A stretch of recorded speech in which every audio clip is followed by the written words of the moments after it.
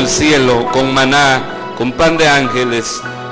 Te suplico en el nombre de Jesús que nos des el rema de tu palabra a cada uno de los que estamos hoy aquí, que nos bendigas, que tu santa palabra venga para consolarnos, para edificarnos, para perfeccionarnos, para animarnos, Señor, para protegernos, para darnos sabiduría, para poner un fundamento en nuestra fe. En el nombre de Jesús te lo suplico. Amén, amén y amén. Damos un aplauso a Cristo. Puede sentarse, por favor. ¿Se logra ver el tema? Sí, ¿verdad? Gloria a Dios.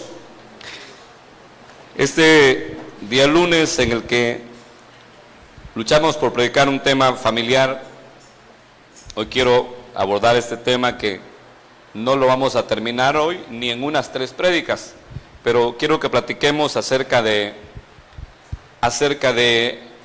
las plagas en el hogar o las plagas en la casa, recordando que en el hebreo la palabra casa se dice bayit, y bayit significa casa, pero significa el edificio, pero también se refiere a la descendencia.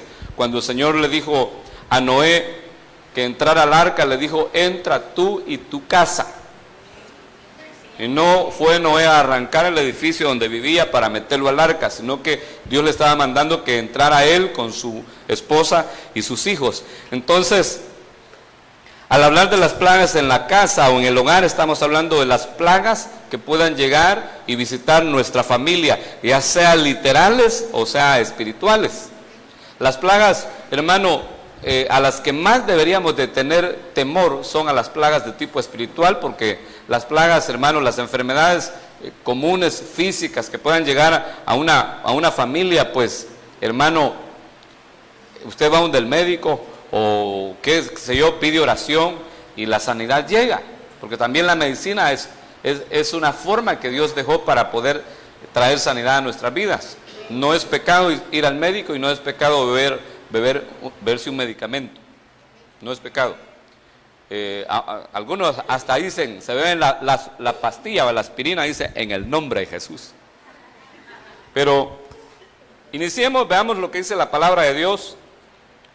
Salmo 91:10, este salmo muy famoso, usted se lo sabe de memoria, muchas veces hasta se ha bebido quizás la horchata, ¿va? Porque hay unos que recetan horchata de Salmo 91, algo otros que tienen la Biblia como fetiche y no como palabra de Dios, dejan la Biblia abierta en el Salmo 91 para espantar los malos espíritus y las malas vibras en la casa, ¿verdad?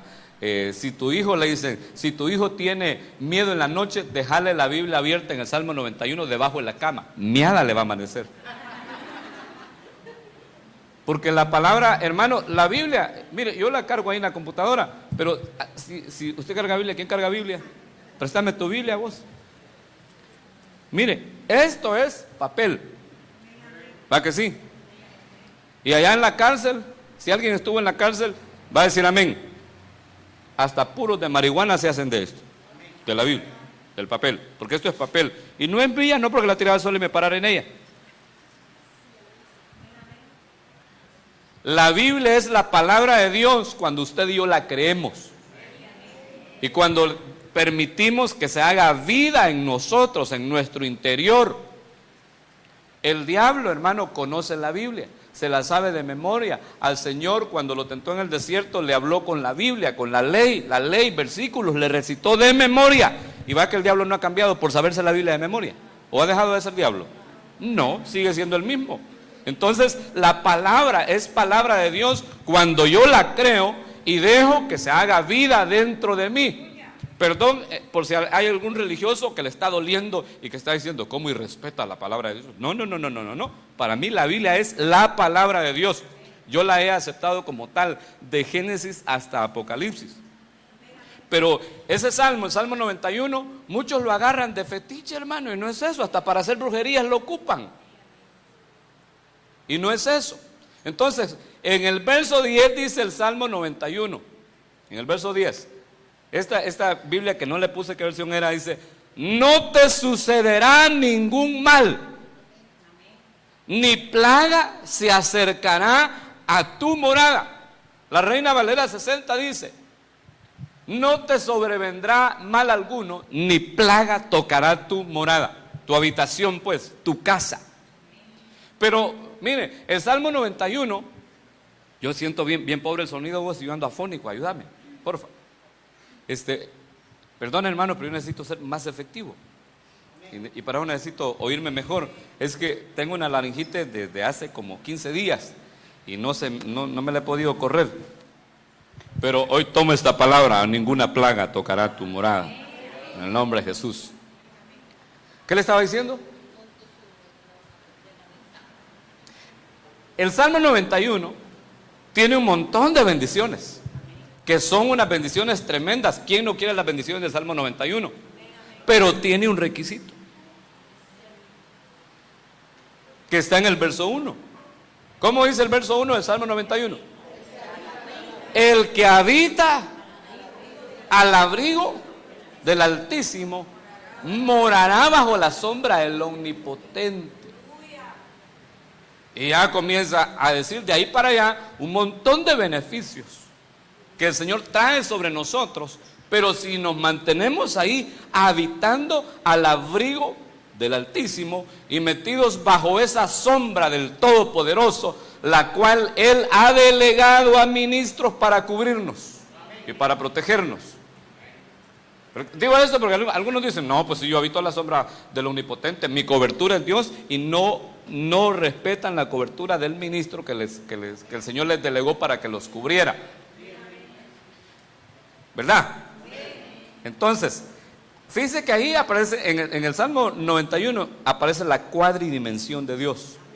Porque dice, el que habita al abrigo de Elión, dice en el hebreo. El Elión o el Yon, dicen algunos, es el Altísimo. Morará bajo la sombra de El Shaddai. Diré yo a Yahvé, Yahvé es el Señor, el Padre, esperanza mía y castillo mío, mi Elohim, ¿en quién confiaré?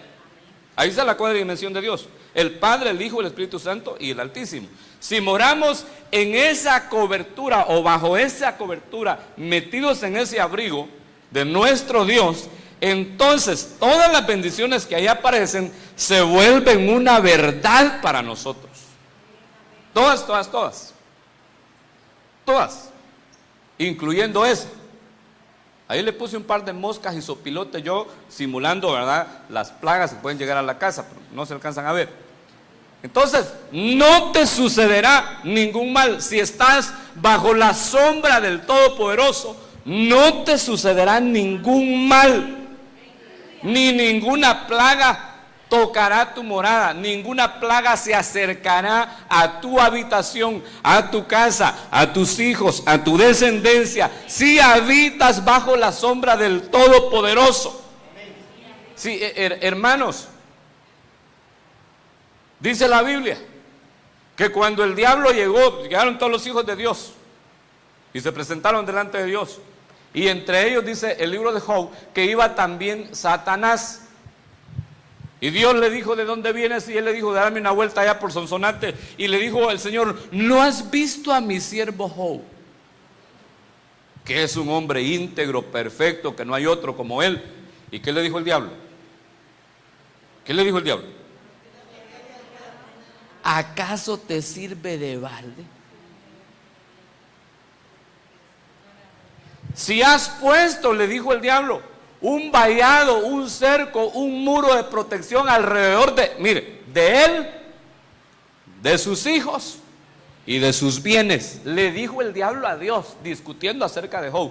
¿Qué le estaba diciendo el diablo? Si yo me lo he intentado freír varias veces y no he podido, porque vos le has puesto un escudo alrededor. Si le dijo: has puesto un escudo alrededor de él, de sus hijos y de sus bienes, ¿qué le dijo el diablo? Le he querido matar las vacas y ni una se muere, porque Job tenía cobertura de protección. Le he querido dañar a sus hijos, mira, se los he querido envenenar con drogas, les he metido guaro, nada. ¿Por qué? Porque tenían un vallado alrededor. He intentado con él y tampoco. Porque aquel que habita bajo la sombra del Todopoderoso tiene la bendición de la cobertura de Dios y nada le puede hacer daño. Si a alguien le está sucediendo algo es porque Dios lo ha permitido, porque a Job, hermano, le tronó, pero porque Dios le dio permiso al diablo. Si Dios no le permite al diablo, no nos puede tocar, somos intocables. No nos puede hacer nada, por más que quiera, hermano. ¿Por qué? Porque usted y yo somos la iglesia novia del Cordero, la que se va a casar, y entonces con el diablo no tenemos nada nosotros, ni él en nosotros, dijo el Señor. Lo único que le queda al diablo es silbarle que cuero a la iglesia, porque ni modo, es la novia de Cristo. Y aunque le caiga bien, no somos de él, somos de Cristo, somos del Señor. Pero si usted habita bajo la sombra de la protección del Señor, ninguna plaga le va a llegar. Ahora, si usted va, hermano, ese es otro pisto, esa es otra cosa, porque la Biblia dice que aquel que aportillare el vallado, lo morderá la serpiente. La serpiente es el puro diablo. Si alguien aportilló el vallado, le va a llegar, hermano, la plaga, le va a llegar la maldición, pero esa es otra cosa. Dios le ha puesto, mientras usted habite bajo el abrigo del Todopoderoso, Él le ha puesto un vallado de protección, y ese no lo puede pasar el diablo a menos que Dios le dé permiso. Pero si nosotros rompemos ese vallado, entonces el enemigo se va a meter, va a destruir la casa, y quizás hasta le vamos a echar la culpa a Dios. Pero es por haber nosotros roto ese vallado de protección. Entonces dice, ninguna plaga, esa es la promesa del Señor, ninguna plaga tocará tu morada. O sea, de que hay plagas que pueden atacar la casa. Por eso necesitamos estar escondidos bajo la sombra del Todopoderoso. Mire cómo dice este otro verso. ¿Cómo evitar las plagas en la casa? Ya le dije varias cosas. Estando bajo cobertura. También dice Éxodo, capítulo 12, verso 7. Tomarán parte de la sangre de un cordero y la pondrán en los dos postes y en el dintel de las casas donde lo coman. Usted sabe que el cordero es Cristo, el cordero pascual es el Señor Jesucristo. Y el pacto que Dios hizo con los hijos de Israel fue cuando llegó a Egipto la plaga de los primogénitos, donde todo primogénito murió, tanto de los humanos como de los animales. El trato que Dios hizo fue de que mataran un cordero que fuera perfecto, que no tuviera defectos, y que con la sangre de ese cordero mancharan el dintel de la puerta, arriba y los postes. Es decir, formando como una cruz, ¿verdad? Acuérdese que las puertas son la entrada y la salida a la casa. Entonces, si el ángel de la muerte llegaba, tenía que entrar por la puerta. Pero al ver la sangre, él iba a respetar la señal de la sangre, porque era la instrucción que Dios le había dado, y iba a pasar sobre esa casa, porque eso significa Pascua, pasar sobre, y no iba a hacer daño, no iba a traer la muerte a esa casa. Ese es el trato. Entonces, usted y yo, para poder evitar las plagas en el hogar, necesitamos la sangre del cordero. Y gloria a Dios que la sangre del cordero ya fue rociada sobre nosotros 7 veces. Aleluya. Y esa sangre nos libra a nosotros de que venga el destructor a nuestra casa y provoque daño. El problema es que algunas casas no tienen sangre. Y eso sí, hermano, es un problema, porque nos quedamos sin protección. Pero veamos cómo sigue diciendo. Ahí mismo en el capítulo 12 de Éxodo, en el verso 13, dice la palabra: y la sangre os será por señal en las casas donde estéis, y cuando yo vea la sangre pasaré sobre vosotros, y ninguna plaga vendrá sobre vosotros para destruiros cuando yo hiera la tierra de Egipto. Gloria a Dios. Cuando yo vea la sangre, dijo el Señor, pasaré sobre, y ninguna plaga vendrá sobre vosotros. Entonces, las plagas en el hogar las evitamos con la sangre del cordero, es decir, participando de Santa Cena.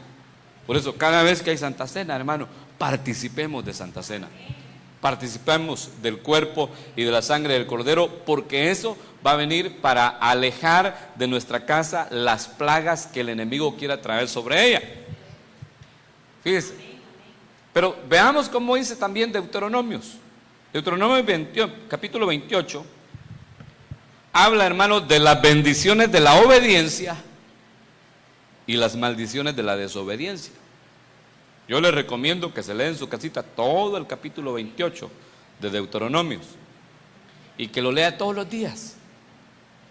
Le van a dar ganas de ser obediente al Señor, porque hay muchas bendiciones para los obedientes, pero hay muchas maldiciones para los desobedientes. Por ejemplo, dice Deuteronomio 28 en el verso 58: si no cuidas de poner en práctica todas las palabras de esta ley que están escritas en este libro, temiendo este nombre glorioso y temible, el Señor tu Dios, entonces el Señor hará horribles tus plagas y las plagas de tus descendientes, plagas severas y duraderas y enfermedades perniciosas y crónicas. Aquí comienza a hablar el Señor, hermano, acerca de no obedecer. O sea que para evitar las plagas en la casa debemos de obedecer la ley del Señor, la palabra del Señor. La ley del Señor es de Génesis a Apocalipsis. No es solo los 5 libros de la ley, sino que la ley del Señor es desde Génesis hasta Apocalipsis. Desde Génesis 1:1 hasta Apocalipsis 22, ¿cuánto? 22, 21, ¿va? 22, 21 es el último verso. Sí, va. Pues desde Génesis 1:1 hasta Apocalipsis 22, 21. Nada que el libro del Mormón ni nada de eso. La Biblia. La Biblia. Esa es la ley del Señor. Y esa es la que debemos de tener nosotros presente para ponerla por obra. Entonces dice, si no cuidas de poner en práctica todas las palabras de esta ley, todas las palabras, ¿qué es todo?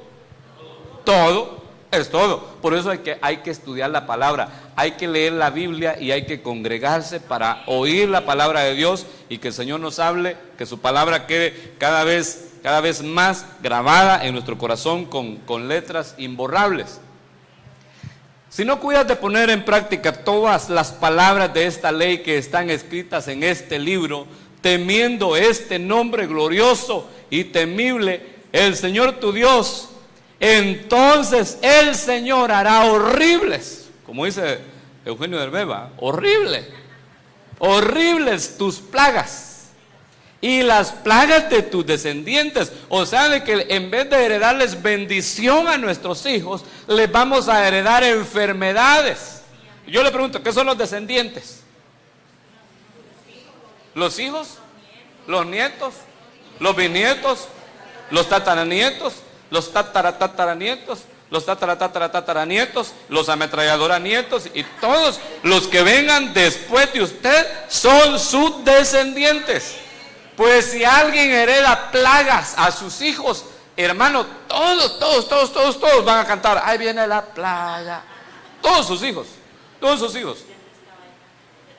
descendientes, todos van a tener plagas. Y mire lo terrible que aquí dice: plagas severas. ¿Qué es severo? ¿Qué es severo, muchacha? No ha venido, van a decir, va. ¿Qué es severo? Fuerte, va. Que no se aguanta. Severas y duraderas. O sea que no se van a quitar otro día, sino que van a durar y... ¿Usted sabe qué significa ahí? Así, zancudo. Duraderas y enfermedades perniciosas y crónicas. Pernicioso, ¿qué es pernicioso?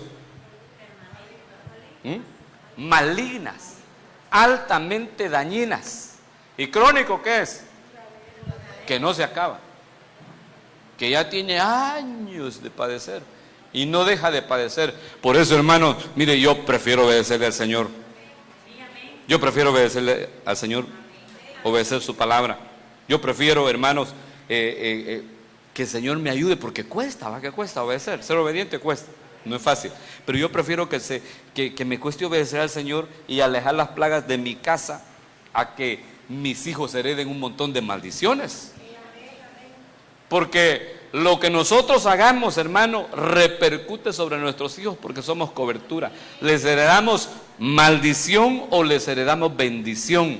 Que el Señor nos ayude a hacer bien las cosas delante de Dios porque tenemos responsabilidad como padres. Gloria a Dios. Entonces sigamos leyendo. Ahí mismo en el capítulo 28. Ahí mismo. Ahí en su casa se lo lee todo y se lo voy a dejar de deber. El verso 60 dice: y traerá de nuevo, el Señor, ¿verdad? Y traerá de nuevo sobre ti todas las enfermedades de Egipto, de las cuales tenías temor, y no te dejarán. También toda enfermedad y toda plaga que no está escrita en el libro de esta ley, el Señor traerá sobre ti hasta que seas destruido. Dura la palabra del Señor, hermano.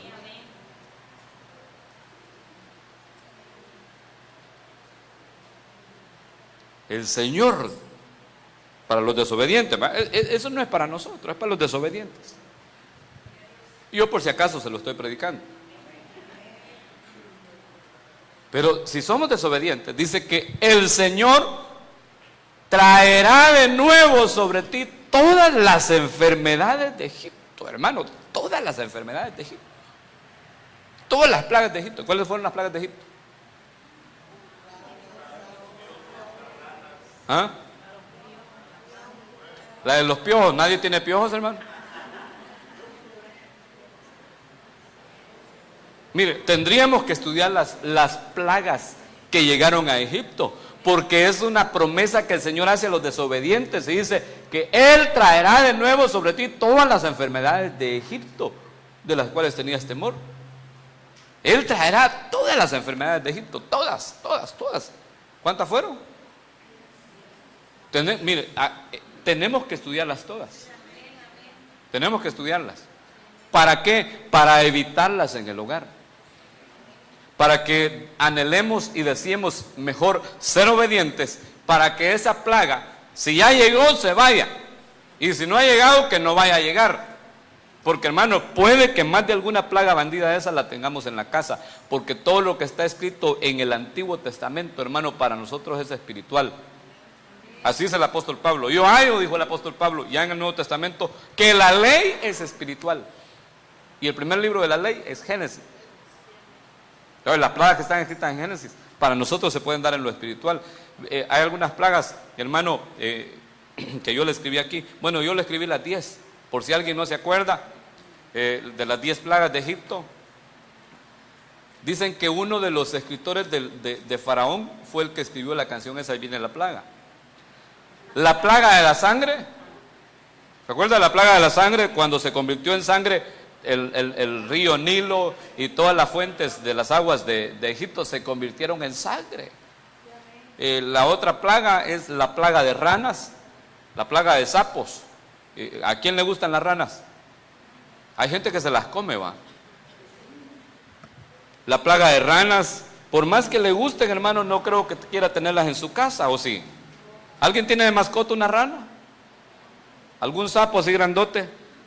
No me va a decir usted, mi hijo mayor, va. ¿Alguien tiene sapos en su casa? No, ninguno. Si hay alguno, lo apedrea hasta que lo mata, va, o lo saca de ahí. La plaga de moscas. ¿Usted ha tenido plaga de moscas en su casa? Pero no son las literales, aunque caen mal, ¿verdad? Aunque caen mal. Tendríamos que estudiar también la plaga de los piojos. Si alguien tiene, perdón, hermano, no lo estoy predicando por usted, no va a pensar que es revelación, mal, a estar diciendo que es revelación la que tiene el pastor, o a saber quién le fue con el chisme que tengo piojos. No se preocupe. Y si tiene, hermano, cuide el medio ambiente, no los mate, ahí déjelos, que sobrevivan. La plaga sobre el ganado. Una plaga que vino a exterminar todo el ganado de Egipto, porque, mire, hermano, cuando el Señor visitó con las plagas a Egipto, Egipto quedó devastado completamente en su economía, completamente devastado. Aquel Egipto que fue completamente enriquecido por Dios cuando les mandó a José y que José con su sabiduría enriqueció a Egipto e hizo que todas las naciones pasaran a ser propiedad de Faraón, ahora ese mismo Dios que los bendijo por haberse portado mal, ahora ese mismo Dios les quitó todo. Y el ganado se murió, hermano, todo se terminó. Entonces la plaga del ganado, la plaga de úlceras, plaga de granos, hermano, qué terrible. La plaga del granizo, donde caía granizo. ¿Usted ha visto cuando está cayendo granizo? ¿Ya le ha caído granizo? En la cabeza, ya ha ido por la calle cuando está cayendo granizo. Mire, un pedacito de hielo así que le caiga, le hace su chindondo, ¿cómo se dice? Chinchón, ¿va? En la cabeza. Pero allá en Egipto cabían unas piedrotas así, mire, hermano. Eran pedradas que el Señor les aventaba desde los cielos. Tendríamos que estudiar la plaga de las langostas, que fueron las que devastaron, hermano, todos los sembrados de Egipto. La plaga de tinieblas es una plaga que trajo oscuridad completa a todo Egipto y que puede llegar a una casa, si no es que ya llegó. La plaga sobre los primogénitos, la muerte de los primogénitos, habla de traer muerte a una casa y eso, hermano, como es espiritual, estamos hablando de casas donde los hijos son entregados a la muerte. ¿Por qué? Por falta de sangre sobre el dintel. ¿Por qué más? Porque se aportilló el vallado, por no estar bajo cobertura, por muchas razones. Todas esas plagas son las que el Señor promete traer sobre aquellos que sean desobedientes a su palabra, aquellos que decidan no obedecer a lo que el Señor ha mandado, aquellos que no quieran practicar la ley del Señor. El Señor dice que le van a venir todas esas plagas. Pues hermano, yo quisiera renunciar a esas plagas. Usted no quisiera renunciar, pero no se puede. Lo que tenemos que hacer es practicar la palabra de Dios, obedecer al Señor, porque si no obedecemos, aunque digamos renuncio, rechazo y reviro en contra, siempre le va a llegar, porque es una consecuencia de la desobediencia, las plagas de Egipto. Entonces comencemos por la primera. ¿Cuánto tiempo llevo? Yo ya llevo 30 minutos. Aunque sea una, veamos. Aunque sea una. La plaga de la sangre está descrita en en Éxodo capítulo 7, en el verso 16 al 17 dice: así dice el Señor, en esto conocerás que yo soy el Señor. He aquí yo golpearé con la vara que está en mi mano las aguas que están en el Nilo y se convertirán en sangre. Y se convertirán en sangre. Esa fue la primera plaga que el Señor envió a Egipto. Entonces, aplicándolo en lo espiritual para nosotros y para nuestra casa, las plagas, hermano, ya le dije que son espirituales. La sangre nos habla a nosotros ¿de qué? Nos habla de violencia. Si alguien derrama sangre, hermano, está cometiendo violencia. Pero también la sangre nos habla a nosotros también de herencia ancestral. Porque por la sangre heredamos de nuestros antepasados. Entonces puede que alguna casa tenga la plaga de la sangre en el sentido de que tienen alguna maldición heredada de sus antepasados y que quizás no hemos revisado nuestro árbol genealógico y no hemos visto mire, tendríamos que revisar los abuelos, los bisabuelos, los tatarabuelos, maternos y paternos. En el caso pues de que estemos cayendo en una situación difícil, usted revise, hermano, porque mire, si la mamá fracasó en el matrimonio, la hija también, entonces revise si también la abuela y si también la bisabuela, revise a ver si no su abuela también tuvo el mismo problema. Y si así fue, hermano, hay que cortar y revertir esa maldición para que a partir de nosotros esa maldición se termine y que nuestra casa, nuestros descendientes ya no hereden ese problema de sangre. Ahora, pero no es solo de rechazar y de cortar y de proclamar. No es de solo decir, yo revierto las maldiciones heredadas de mi tatarabuelo, yo revierto, yo rechazo, corto en el nombre de Jesús, saco mi espada profética y hasta nos revestimos. Así. No se trata de eso, nada más. Sí está bien que proclamemos, pero hay que vencer esa situación con la ayuda del Señor y pidiéndole al Señor que nos ayude, pues, peleando la batalla en el Espíritu. Es decir, que si imagínense que la abuela fue promiscua. Le decían la cooperativa, pues, porque tenía varios socios.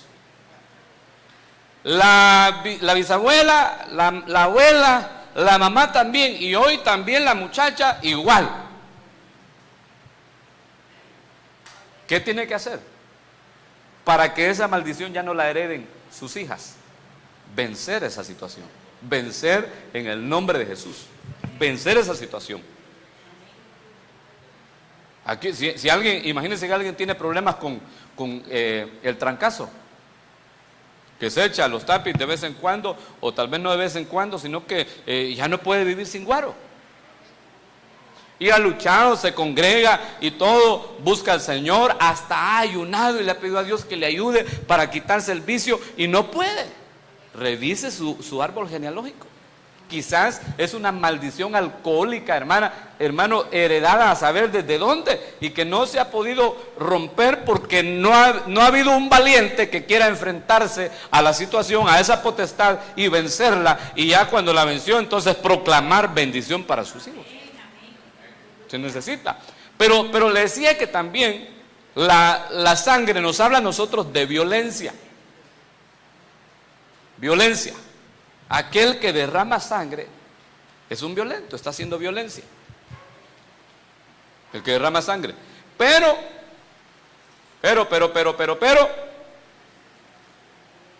para nosotros es espiritual. ¿Y qué dice la palabra de Dios? Por ejemplo, ¿qué dice Juan acerca de los homicidas? ¿Cómo? ¿Quién ha leído al apóstol Juan, al apóstol del amor? El que aborrece a su hermano es homicida. Así dice la Biblia. Entonces, aquel que dejó de amar y que ya le cae mal a alguien, algún su hermano, se volvió un violento, se volvió un homicida, derramó sangre. Y hermanos, miren, la Biblia dice, después de Noé, Dios estableció la pena de muerte. Estaba estipulada en la ley. ¿Cómo decía la ley? ¿Cómo decía la ley? Ojo por ojo. No me va a decir 64. Ojo por ojo, diente por diente, mano por mano, pie por pie, vida por vida. Así decía la ley. ¿Qué dicen hoy los de los derechos humanos? Todos tienen derecho a la vida, todos tienen derecho a la vida. Pero ¿y la Biblia por qué pues? Y a Noé se le dijo que si alguien derramaba sangre, tenían que matarlo. Dios le dijo a Noé, en el pacto de Noé, antes de la ley fue establecido que el que derramaba sangre inocente tenía que morir. ¿Para qué? Y le dijo Dios, así quitarás la maldición de la tierra. Así le dijo Dios a Noé. Si no lo ha leído, ahí léase, ahí del capítulo 9 en adelante de Génesis. Ahora yo le pregunto, ¿está de acuerdo usted con la pena de muerte, sí o no? Si aquí nadie le viera decir nada al presidente, hombre. Solo en la radio va a salir. ¿Está de acuerdo usted con la pena de muerte, sí o no? De que aquel que mató a alguien inocentemente, que lo maten. ¿Ah? Pues sí, ¿por qué? Porque ya en nosotros ya está el amor de Dios. Pero fíjese, si somos hermanos, si somos apegados a la Biblia, si somos apegados a la Biblia, y a Noé se le dio, en el pacto de Noé, se le dio esa instrucción. ¿En qué tiempo fue eso? Acuérdeme de las dispensaciones. La primera dispensación, ¿cuál fue?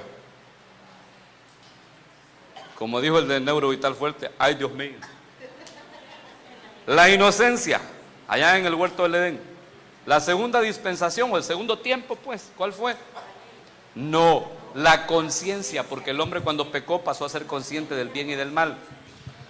No, inocencia, conciencia. Después de la conciencia, Dios establece un nuevo pacto con Noé. Y al tiempo de Noé hasta Abraham le han llamado los teólogos la dispensación o la era o el tiempo del gobierno humano. Gobierno humano. Vaya. Después de esa dispensación, ¿cuál vino? La dispensación de los patriarcas, las promesas. La dispensación de las promesas que duró, hermano, desde Abraham hasta antes de la ley, hasta que el pueblo estuvo en Egipto. El tiempo de las promesas. Cuando llegó Moisés a libertar al pueblo, Dios le dio a Moisés la ley. Esa fue la dispensación de la ley.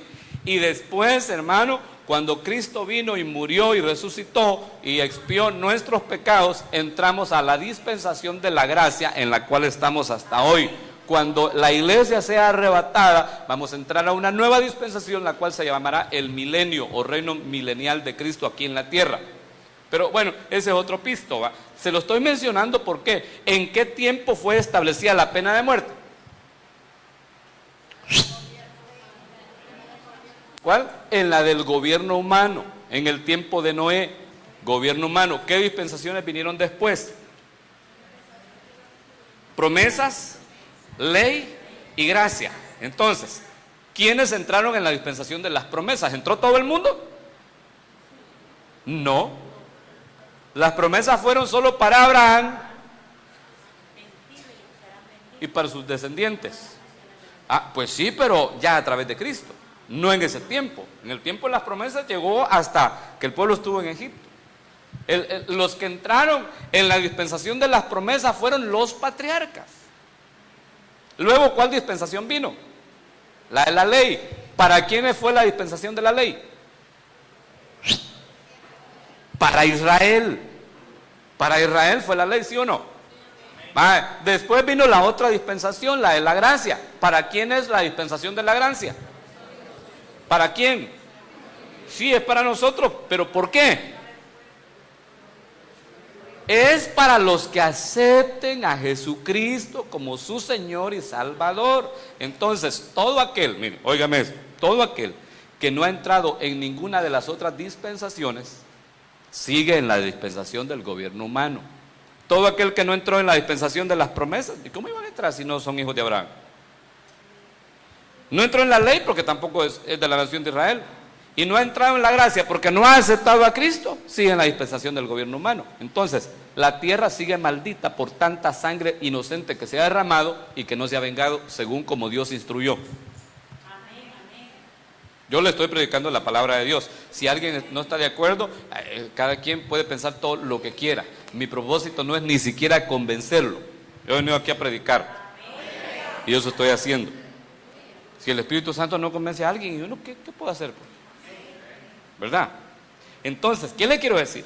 Que aquel que derrama sangre inocente, hablando ya en lo espiritual, merece ¿qué? La muerte.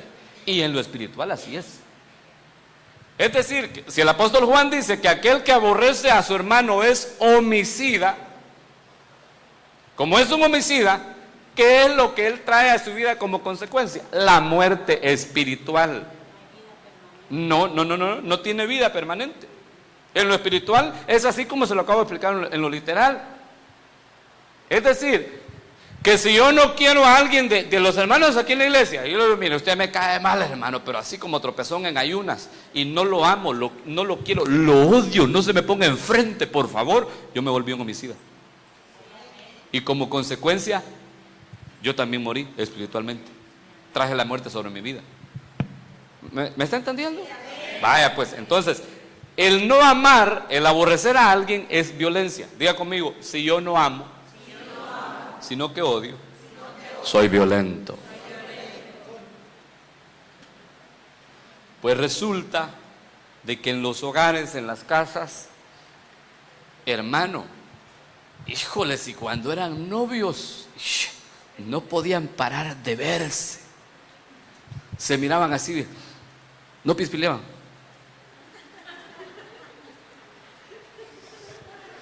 Y los dos calladitos, solo viéndose, admirándose, y no se decían nada. Amor sin palabras. Dicen que ese sí es amor del bueno. Y se iba a la casa el novio a llamar por teléfono. Mire, hoy que hay celulares, en nuestro tiempo fue difícil, hermanos. Fue difícil, fue duro, fue triste. Hoy es diferente. Hoy, mire, hermanos, padres de familia que tienen hijos ya adolescentes y que quizás les han dado permiso. Yo no les he dado, pero ustedes sí van. En la noche, toquen en la oreja a su hijo. Caliente la va a tener de hablar por teléfono.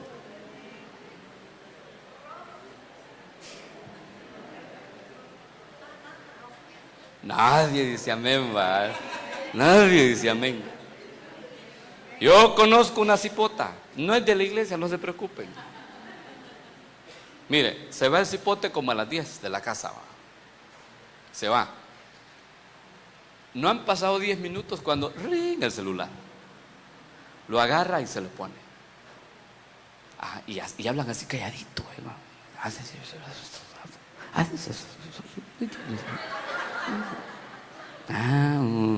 Se le cansó la mano, se lo pasa al otro. Ya casi como Moisés, hermano, que llamó ayudantes para que levantaran las manos, va. Y donde ya no hay que hacer, ¿sabe qué hace?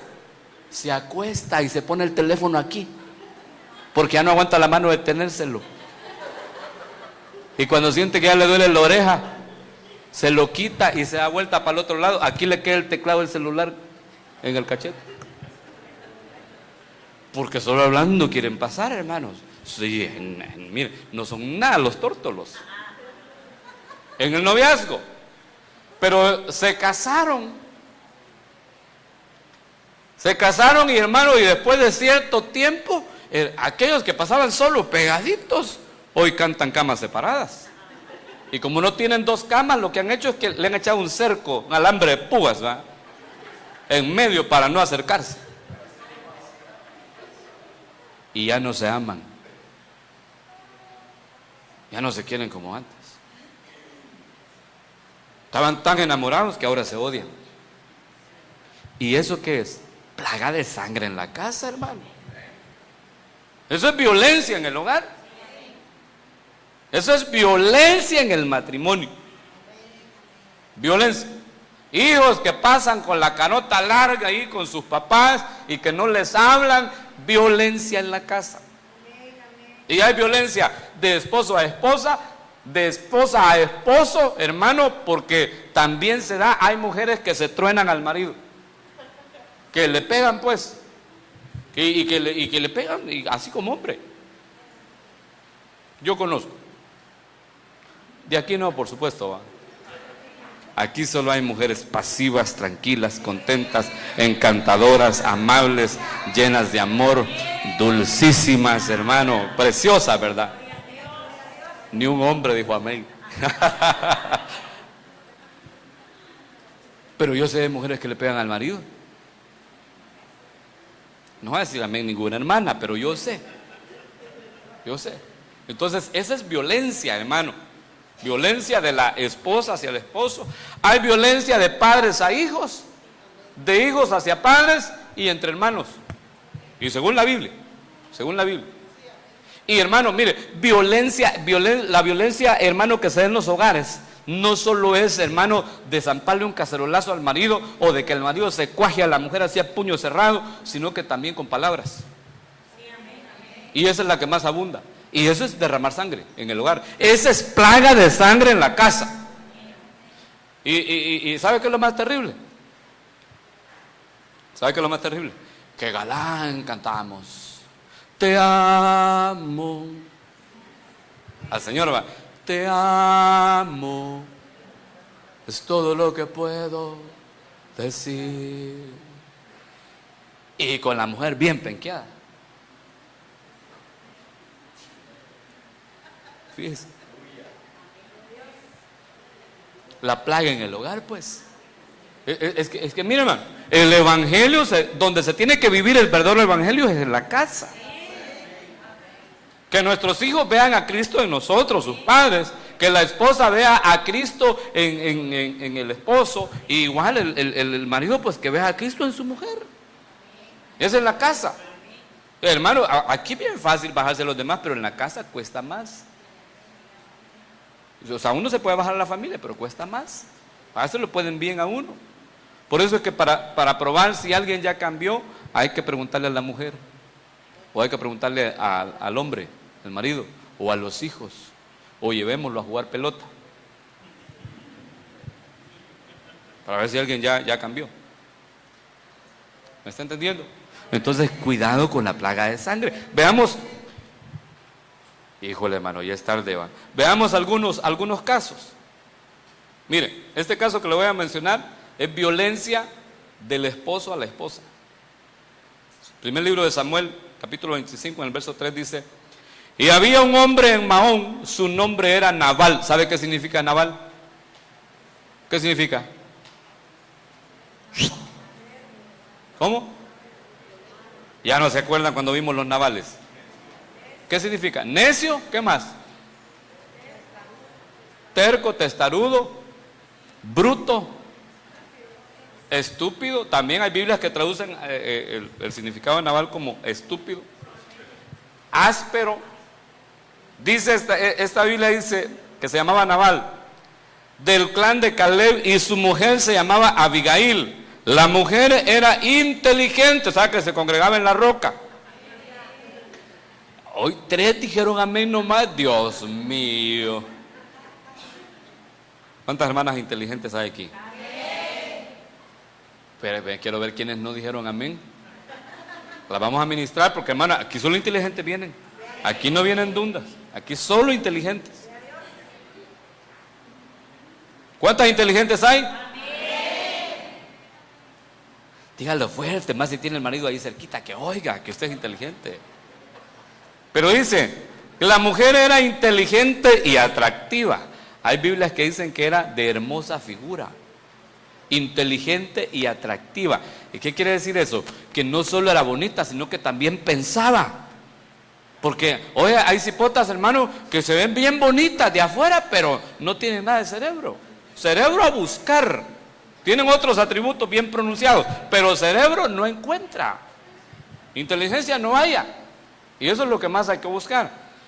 Era inteligente y atractiva, pero él era rudo y de mal carácter. Otra versión dice que era áspero en sus tratos. Es decir, que este era un tipo que maltrataba a su mujer, pues. Era un tipo que le decía, que sos una bruta, sos una tonta, no servís para nada. Trataba mal a su mujer. Eso es violencia. Eso es violencia en la casa. Me voy a apurar, hermanos, para lograr terminar aunque sea con la plaga. Dígame, hombre, si me voy a apurar, yo sé que usted quiere que me apure. Entonces, este es un trato rudo de parte del hombre hacia la mujer. Y la Biblia dice que la mujer la debemos tratar como a vaso más frágil y como a coherederas de la gracia. Por eso yo insisto en que en el hogar nos debemos de amar con los 3 amores. No que tenga 3 mujeres ni 3 maridos, sino que nos amemos con amor filial, amor de hermanos, amor de amigos. Que nos amemos con amor, hermano, eros, que es el amor de pareja, pues. Pero que también nos amemos con el amor ágape, con el amor de Dios, porque ese es el amor que la Biblia dice que cubre multitud de pecados. Es decir, que perdona multitud de pecados. Ese amor, multitud de faltas, multitud de ofensas. Cuando nos amamos, hermano, con amor filial y con amor ágape, esos 2 amores son egoístas y excluyentes. ¿Sabía usted eso? Que el amor filial es egoísta y excluyente. Y que también el amor eros todavía más, porque se reduce solo a 2 personas. Es decir, que en el amor filial y en el amor eros solo amamos a aquellos con quienes nos sentimos correspondidos. Pero necesitamos evolucionar al nivel, hermano, de amor ágape. ¿Por qué? Porque ágape es el amor de Dios y es un amor que no excluye a nadie, sino que incluye aún a los enemigos. Amad a vuestros enemigos, dijo el Señor, y bendecid a los que os maldicen. Debemos de evolucionar ese amor dentro del matrimonio, que nos amemos con amor ágape, porque ese es el que nos permite perdonar las ofensas del uno al otro, y es el que nos ayuda, hermano, para que nos retraigamos un poquito cuando estamos molestos, cuando estamos enojados o cuando estamos bravos, para no ofender y para no dañar. El amor ágape. El amor eros no, hermano, ese amor es rencoroso. El amor eros es rencoroso y hermano y excluyente, no perdona, tiene un montón de problemas. Amémonos con amor ágape. Diga que la mujer le puede decir al esposo: yo te agapao. Yo te agapao, le dice, que me vas a dar pao, le dice. No, le dice, que te amo, que te quiero, viejo. Hermanas, ¿ustedes quieren a su esposo, sí o no? Así, lo aman. Lo filean. No que lo fríen, ¿verdad? En aceite. Lo filean, es amarlo con amor filial. ¿Sí o no? Y lo aman con amor eros también. Y también con amor ágape. Si no, ya no estuviera con él, ¿va? Y los hermanos aman a sus esposas con amor filial. Es decir, con amor de hermanos. Pues bueno, algunos ya están como hermanos, ¿va? Porque ya nada que ver. Pero también con amor eros. Las aman con amor eros. Hermanos, solo Oscar dice amén. O sea que los demás ya nada que ver. Aman los hombres a su mujer con amor ágape. Sí, me dirá otro, porque yo la llevo a ágape de vez en cuando. Hermano, ese es el amor perfecto. Y ese es el amor que la Biblia dice en 1 Juan 4:18, que echa fuera el temor. El amor perfecto es el amor ágape. Pero bueno, veamos otro ejemplo. Mire cómo dice el primer libro de Samuel, capítulo 20, en el verso 30. Estas son palabras del rey Saúl, el ungido de Jehová. Entonces se encendió la ira de Saúl contra Jonatán. Jonatán era hijo de Saúl. Se encendió la ira de Saúl contra su hijo. Y le dijo: hijo de la perversa y rebelde. Mire cómo le dijo. Ahí hay dos tipos de violencia. Violencia de padre a hijo, porque le está maltratando a su mamá. ¿Y a quién le gusta que le saquen el 10 de mayo? Pero también está maltratando a su mujer. Si eso, imagínense lo que le está diciendo al hijo. Yo cuando veía a la mujer: hijo de la perversa y rebelde. Eso es violencia en la casa. Violencia en el hogar. Pero sigamos adelante porque hermano, no podemos gritarle a un hijo así de su mamá, hombre. Yo conocí a un señor que salía a la calle a llamar a su hijo cuando se le había ido a vagabundear, y le decía: hijo de la gran no sé quién, venir. Ahí en la puerta de la casa le gritaba. Así llamaba el cipote: fulano, hijo de la gran. Y le decía la gran palabrota: vení para acá. Y la mujer decía: ¿cómo me quiere mi viejo? Así le está diciendo este hijo de la perversa y rebelde. Miren, hermanos, cuando un padre le habla mal a su hijo de la mamá del cipote, aunque ya no estén juntos, eso es violencia. Porque el muchacho o la señorita tiene derecho a tener relación con su mamá, aunque ya no habiten juntos, aunque se hayan separado, y no tienen la culpa del bonche que ustedes vivieron. Eso es violencia.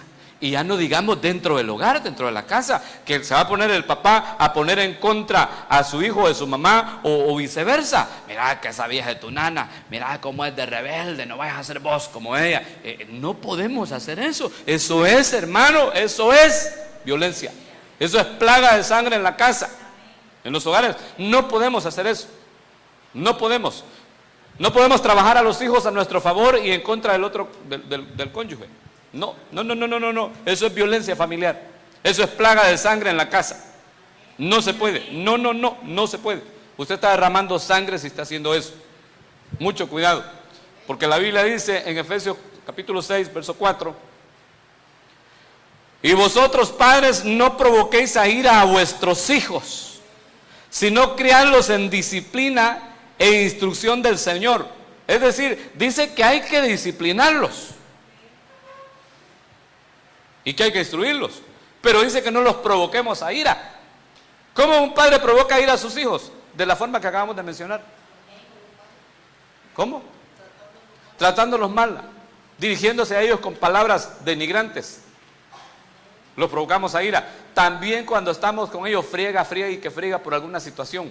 Mire, si ya los corregimos, si ya le dimos con la vara, o qué sé yo, cómo lo castigó, lo hincó en maicillo, lo puso, lo sentó en chichicaste, o qué le hizo a su cipote cuando lo castigó porque tenía que corregirlo.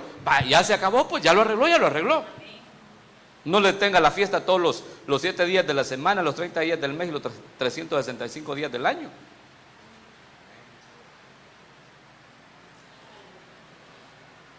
Porque si no, lo que estamos haciendo es provocándolos a ira.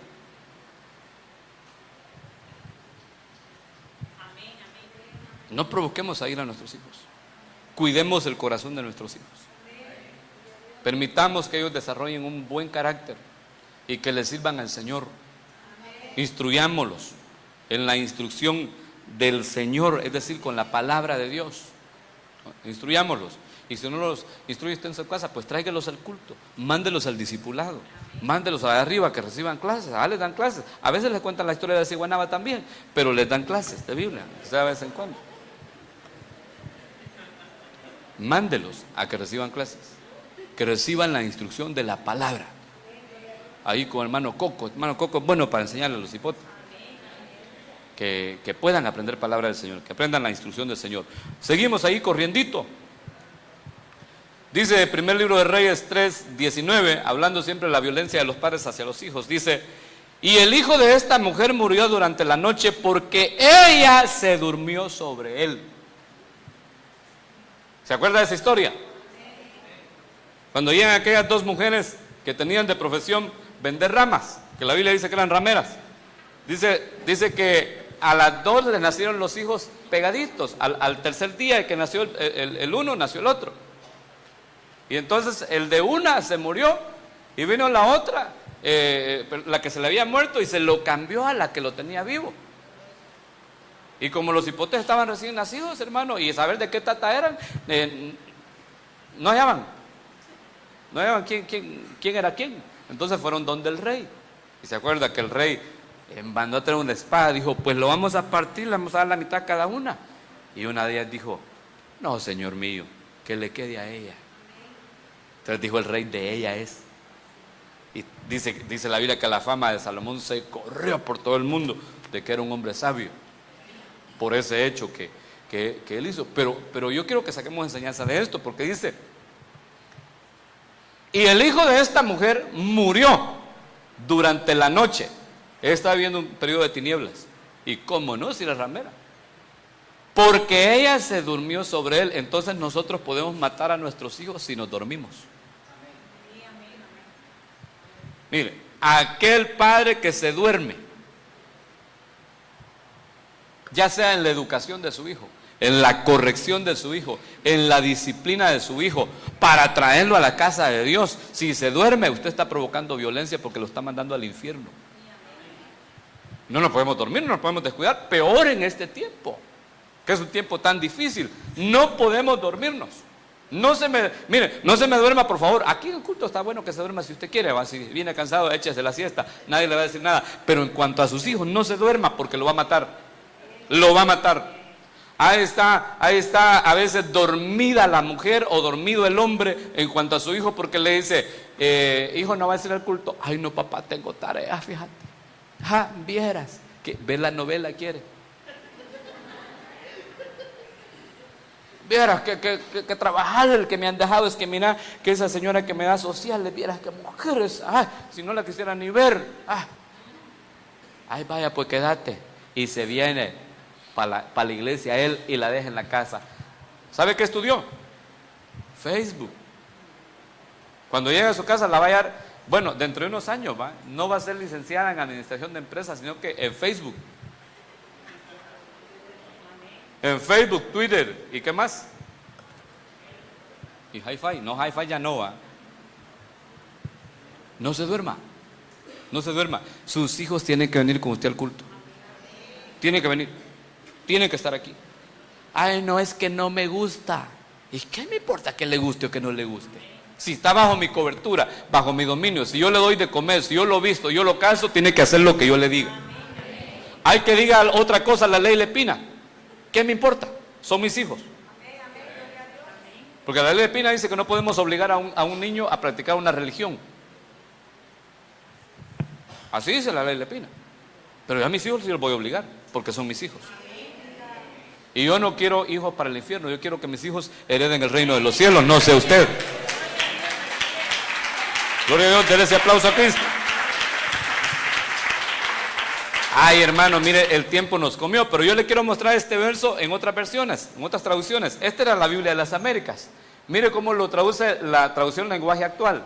Una noche el bebé de esta mujer murió porque ella lo aplastó mientras dormía. Otra forma de matar a los hijos, de hacer violencia con los hijos, es aplastándolos. ¿Qué es aplastar?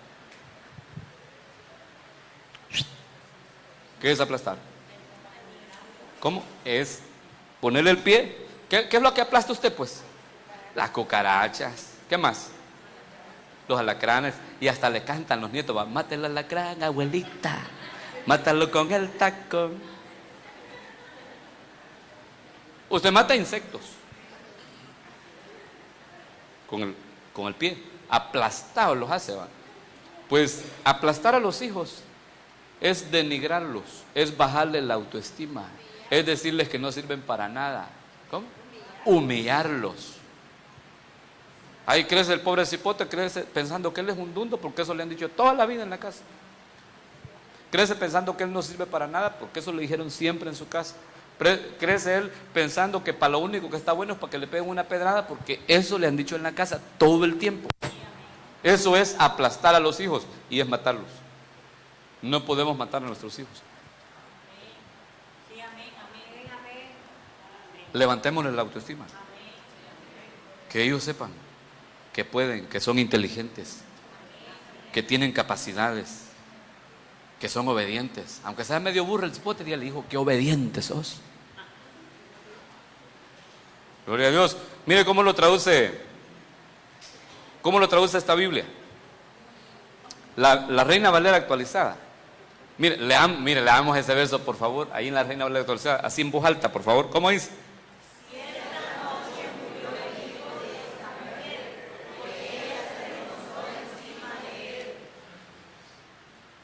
Mire, otra forma de matar a los hijos es recostándonos en ellos.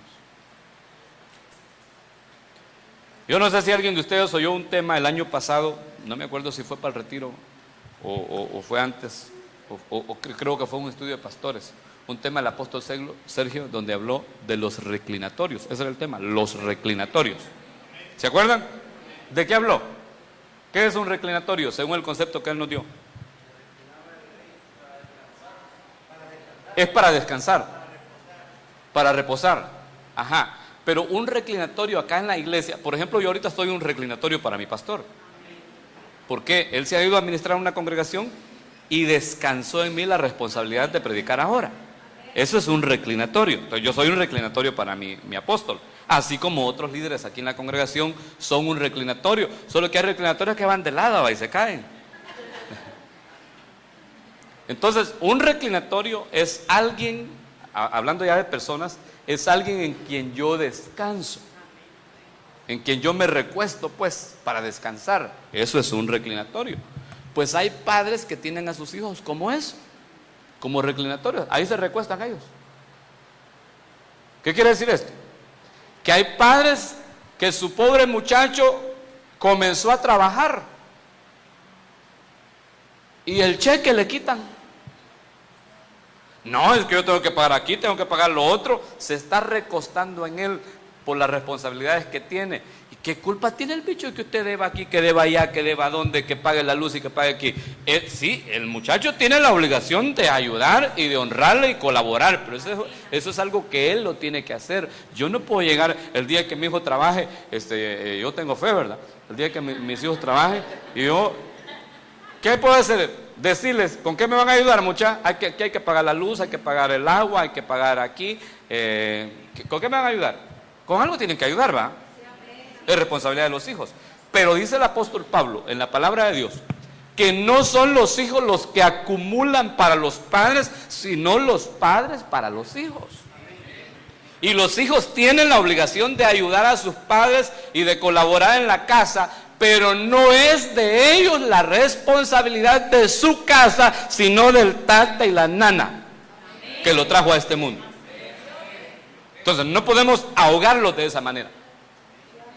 No podemos matar a un hijo de esa manera, de esa forma. No podemos quitar, hermano, no le puedo quitar el sueldo a un hijo. No. Si le está trabajando, tiene que disfrutar lo que está trabajando y que disfrute también ayudarle al papá, darle. ¿Qué le dijeron los ancianos al hijo de Salomón? ¿Cómo se llamaba el hijo de Salomón que heredó el trono? ¿Cómo se llamaba? ¿Jeroboam o Roboam? Roboam, seguro. Pues a ese. Le quería aumentar al pueblo los impuestos y el pueblo llegó a suplicarle que se los bajara. Entonces dice la Biblia que los consejeros le dijeron estas palabras a Salomón: óigame esto y écheselo a la bolsa.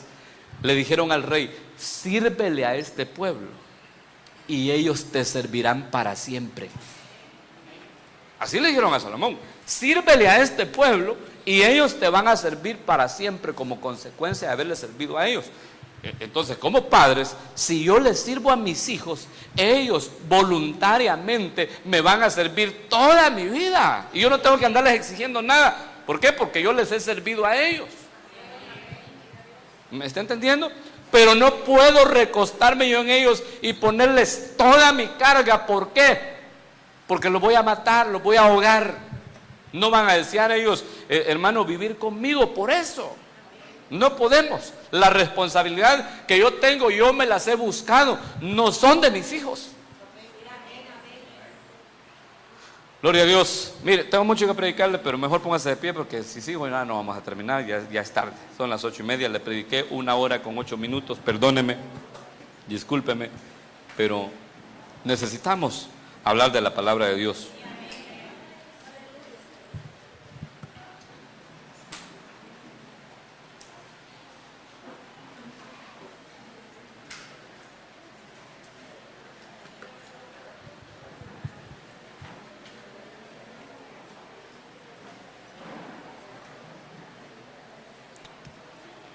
Pongámonos de pie, por favor, cerremos nuestros ojos. Y hermano, ahí con sus ojitos cerrados, meditemos un ratito. Yo sé que ya es tarde, pero meditemos en el Señor un ratito. Meditemos en la palabra que Dios nos ha dado. Hablemos con el Eterno. Pidámosle que su Santo Espíritu nos redarguya. Y mis hermanos, si algo de esto que hemos mencionado está pasando en su casa, si alguna plaga ha llegado a nuestras casas, el Señor dice que Él es nuestro sanador. Él es nuestro sanador. Acerquémonos a Él y digámosle: Padre bueno, sé propicio de mí. Sé propicio de mí y de mi casa. Nunca es tarde. Aunque parezca que todo se ha terminado, aunque parezca que las cosas ya son demasiado difíciles y que se ha avanzado mucho, que el destructor ya cobró demasiado terreno, aunque parezca, siempre hay una oportunidad. Dios es un Dios de oportunidades y es un Dios que restaura. Por lo tanto, hablemos con el Señor. Si hemos cometido un error nosotros como padres o como cónyuges o como hijos, reconozcámoslo hoy, reconozcámoslo delante de Dios, pidámosle perdón a Dios y pidamos perdón a quien tenga que pedirle, a quien hayamos ofendido, ya sea que hayas sido violento con tu esposa o con tu esposo o con tus hijos o con tus padres. Que el Señor te dé hoy la capacidad para enmendar el error. Que el Señor te dé la gracia hoy, que te cubra con su gracia para enmendar cualquier error que se haya cometido, pero que podamos, hermanos, desarraigar de nuestra casa la plaga de la sangre, la plaga de violencia, ahora en el nombre de Jesús. Que tomes autoridad y que tomes valor como para ir y pedir perdón, como para ir y arreglar las cosas, porque de esa forma se tienen que arreglar, para ir y rectificar el error que cometimos. Que el Señor te dé la gracia, que te dé la inteligencia, la sabiduría necesaria para que puedas ir y pedir perdón. Solo de esa forma se pueden arreglar las cosas. Solo de esa forma puedes erradicar la violencia de tu casa. Que el Señor te cubra con su amor y que llene tu interior de su amor, para que de lo que haya en tu corazón, de eso hable tu boca y eso te rodee. Padre bueno, muchas gracias. Hemos recibido tu instrucción, tu enseñanza, tu palabra. Muchas gracias. Yo te suplico, amado mío, que tu palabra no vuelva vacía, sino que cumpla en nosotros la función para la que tú la enviaste. Ayúdanos, senos propicio, amado mío. Permítenos, Padre bueno, que tu palabra nos edifique y que edifique nuestra casa. Y que tu Santo Espíritu nos redarguya, que tu palabra penetre hasta la frontera del alma y el espíritu. Que seamos redarguidos y que obre en nosotros para bien, que seamos capacitados para enmendar los errores que hemos cometido, aquellos que hemos sido violentos en el hogar. En el nombre de Jesús te lo suplico, que tu palabra quede sellada, guardada en nuestro corazón. Despídenos en paz y llévanos con bien a nuestros hogares, en el nombre de Jesús. Amén, amén y amén.